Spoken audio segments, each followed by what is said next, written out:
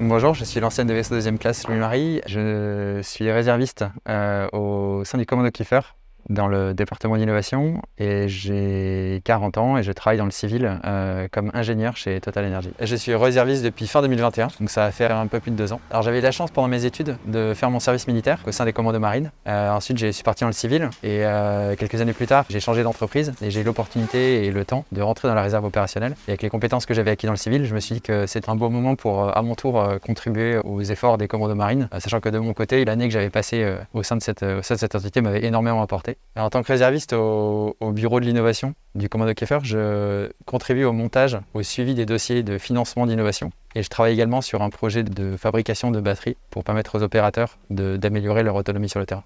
Alors dans le civil, j'ai travaillé pendant plusieurs années sur du financement d'innovation et donc c'est comme ça que j'ai pu prendre le poste au bureau d'innovation du commando Kiefer. Et après coup, il s'est avéré que les 2 ans que j'ai passé chez Saft dans les batteries me permettent aujourd'hui de travailler sur des projets spécifiques de batteries pour les différents équipements des commandos marines. Pas spécialement compliqué pour moi de concilier la vie professionnelle et la réserve parce que mon employeur a signé l'accord défense avec l'État. Il contribue à hauteur de 13 jours sur la réserve, donc ça me donne déjà le temps pour le faire. C'est quelque chose qui est reconnu au sein de mon entreprise.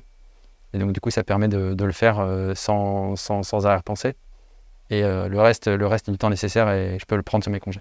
Alors, les missions auxquelles j'ai participé sont essentiellement des exercices, des entraînements pendant lesquels j'ai l'opportunité d'observer l'utilisation du matériel, les conditions d'emploi, de manière ensuite pouvoir les transcrire dans les dossiers de financement et dans les dossiers d'innovation, ce qui permet d'assurer aux opérateurs d'avoir du matériel qui est parfaitement adapté à leurs besoins.